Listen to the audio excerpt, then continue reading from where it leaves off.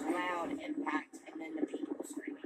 The driver, identified as 42-year-old Shamsuddin Jabbar, was killed in a shootout with police shortly afterwards, wounding 2 officers. Jabbar was wearing camo pants and body armor. This man was trying to run over as many people as he possibly could. He was hell-bent on creating the carnage and the damage that he did. The FBI, now leading the investigation, says Jabbar was carrying an ISIS flag, had weapons, and at least 2 potential improvised explosive devices. Similar devices were also found in the area. Jabbar was a U.S.-born citizen, a resident of Texas, and an Army veteran. Authorities are questioning whether he acted alone. FBI Special Agent Alethea Duncan. We do not believe that Jabbar was solely responsible. We're aggressively running down every lead, including those of his known associates. The vehicle used in the attack was a rented electric Ford F-150 Lightning.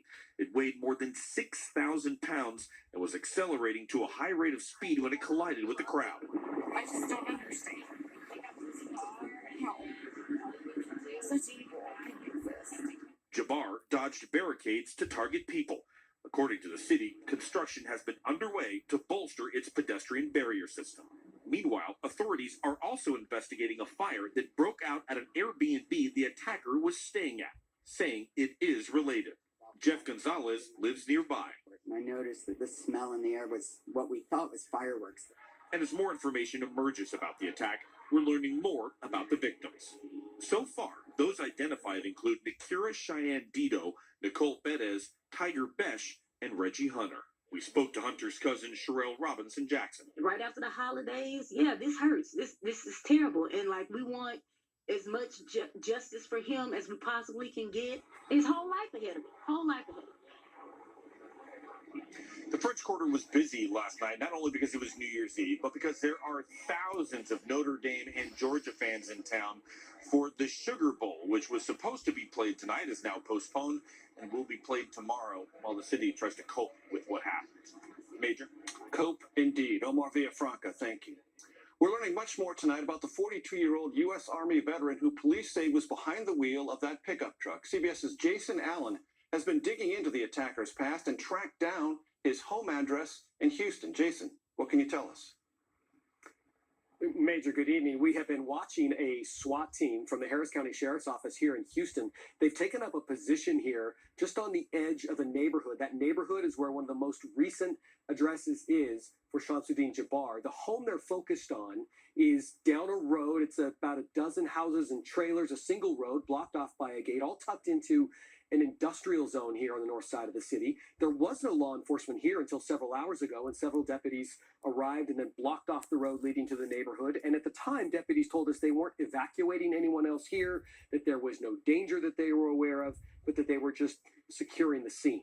The CBS News has learned Jabbar was born in Beaumont, Texas. That's about 100 miles east of here. He served in the Army. He was deployed in Afghanistan. And Jabbar graduated from Georgia State University, paying for a computer science degree with the GI Bill. But in recent years, in videos posted online, he described himself as a real estate agent who was living here in the Houston area. As we've been watching SWAT team members, they have been relaxed, cautious, flying drones above the neighborhood at times, but they've set up a pretty sizable command center indicating they could be here well into the evening. Major? On the scene for us, Jason Allen, thank you. Tonight, President Biden spoke about the investigation from Camp David after huddling with his national security team. Details on that from CBS's Scott MacFarlane at the White House. After a day of briefings on the attack in Louisiana from the CIA, the FBI, and national security officials, President Biden addressed the nation late today. To all the people of New Orleans who are grieving today, I want you to know, I grieve with you. Our nation grieves with you. We're going to stand with you as you mourn and as you heal in the weeks to come. The attack in New Orleans from a man driving a truck with an ISIS flag comes amid an aggressive offensive against ISIS by the U.S. after the fall of the Assad regime in Syria, with more than 100 ISIS targets struck in the past month, though no group has claimed responsibility for today's attack. And it comes ahead of a series of major security events in Washington that law enforcement are now focused on. D.C. police told CBS News they've implemented a more visible police presence, effective today. Both the January 6th electoral count at the Capitol and the January 20th inauguration of President-elect Trump are designated national special security events with sweeping checkpoints, closures, and barricades throughout the nation's capital. Major? Scott McFarland, thank you. There are many questions tonight, some of them about the safety barriers in the French Quarter of New Orleans that apparently failed to stop this particular attack.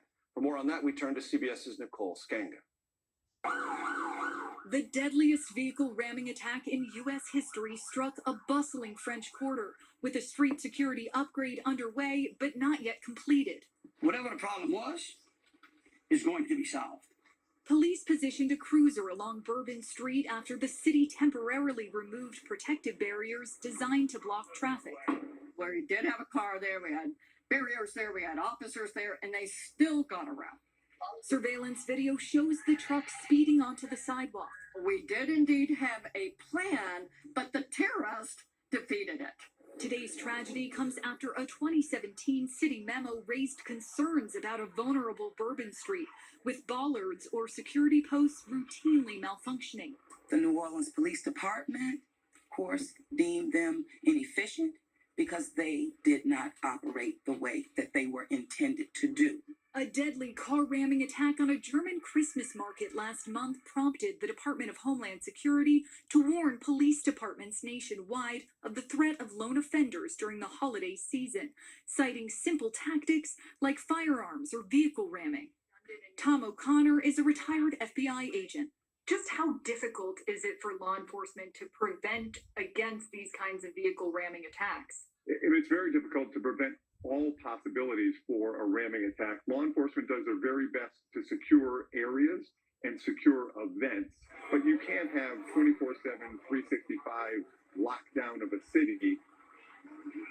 Nicole joins us now. Nicole, what are New Orleans authorities saying about the status of those promised security upgrades? Major officials today vowed that those downtown street security upgrades will be completed in time for the city to host two big upcoming events, the Super Bowl and Mardi Gras. Nicole Skanga, thank you very much.